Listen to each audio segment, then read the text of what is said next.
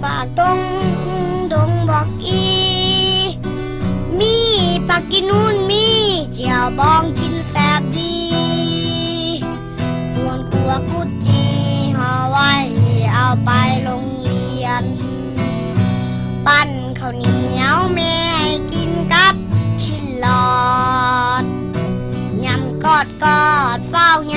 ำไปหามเฮียนนี่สวยแล้วคู่สิทธาทาเฝ้าเปลี่ยนเสื้อนุ่งเฮียนตัวเก่าย้อนเฮาจนถึงลำบากซ้ำใดใจยังสู้ย้อนเฮาอยู่กลางป่าพันนาสนเฮ็ดเวียกไปน้ำเฮียนไปน้ำย้อนเฮาจนเกิดเป็นคนต้นสู้กันต่อไปปั้นข้าวเหนียวแม่ให้กินกับปิ้งปลาแห้งหอดยามแล้งป้อนน้องยามห้องให้ยำเจ้ายำมองลาอ้ายสิพาไปเล่นดอกลีเล่นไล่ในวัดเอ้ย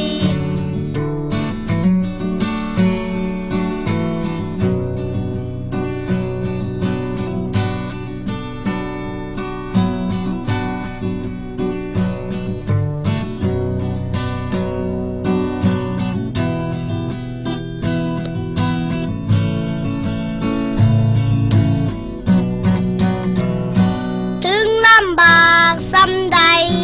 ใจยังสู้ย้อนเฮาอยู่กลางป่าพันนาสนเฮ็ดเวียกไปน้ำเมียนไปน้ำย้อนเฮาจนเกิดเป็นคนทนสู้กันต่อไปปั้นข้าวเหนียวแม่ให้กินกับปิ้งปลาแห้งหอดยามแล้งป้อนน้องยามห้องให้ยำเจ้ายำน้องลาอ้ายสิพาไปเล่นบอกลีเล่นไล่ในวัดเอ้ยยำเจ้ายำน้องลา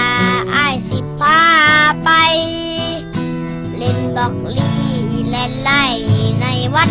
เอ้ย